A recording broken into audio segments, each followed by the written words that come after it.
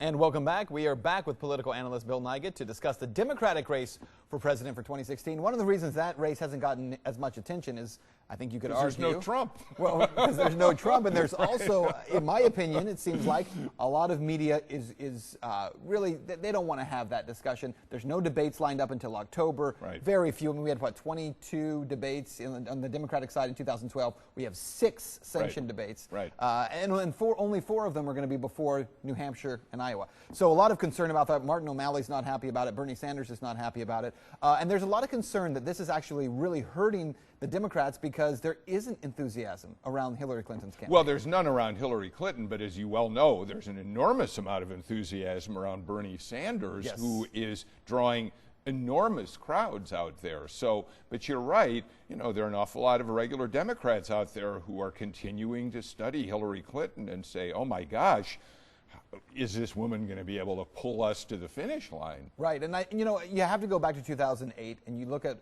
how Clinton was in 2008. The bottom line is she was a candidate who, quite candidly, lost to a freshman senator Right. who had no experience, Right. no real name recognition, but was charismatic and excited people, Yeah. right? And so there was an enthusiasm gap for Clinton in 2008. It seems like this time around that enthusiasm gap has not changed. And Bernie Sanders, let's face it, he's not, you know, the world's most riveting guy. When you see him, he's kind of disheveled, he's kind of messy, and he's a self-proclaimed socialist, which is might as well call himself a Satanist in America running for politics to call yourself a socialist. And yet, as you said, crowds of 30,000 people showing up to see this guy. Well, I thought it was fascinating that he chose to go to Liberty University, to go right into the heart of the evangelical academic community there in Virginia, and to be willing to stand there and say, can we find a way to work together around issues that matter?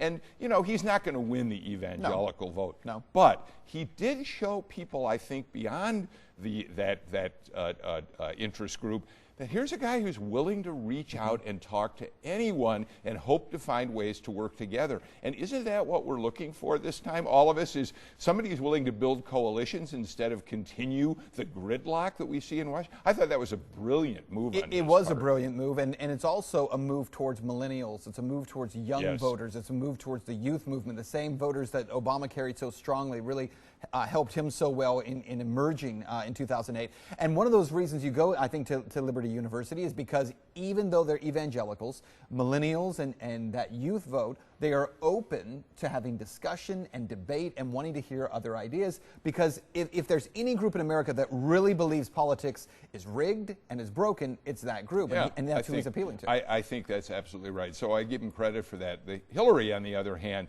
you know, the latest Washington Post poll on the Democratic race has her falling even lower in terms of support from women, which has got to be incredibly troubling to that campaign. I have a very close friend, a woman who has said for a long time she's there for Hillary Clinton, and all of a sudden is saying, when I run into her, saying, what about this email stuff? She's really not trustworthy, is she?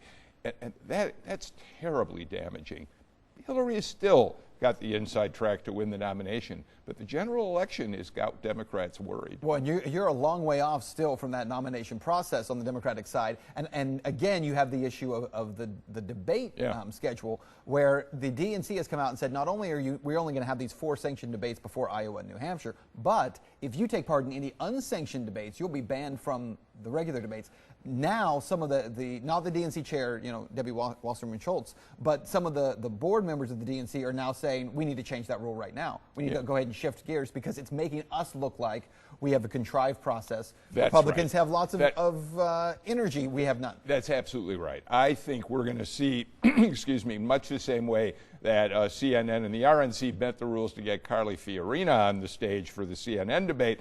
I think we're going to see some efforts to make sure there are at least a few more debates so the Democrats don't look like they're marching lockstep toward the nomination of Hillary Clinton. And you know, with Bernie Sanders also, what's interesting, he just raised a huge amount of money, several $1 million in online, just because he said, the Clinton people are coming after me all of a sudden. They're trying to dig up dirt. And because of that, he saw a huge grassroots effort. He's not getting corporate money. He's not taking money from Wall Street. He's getting money from grassroots donors. Right. You're right. Hillary Clinton attacked him.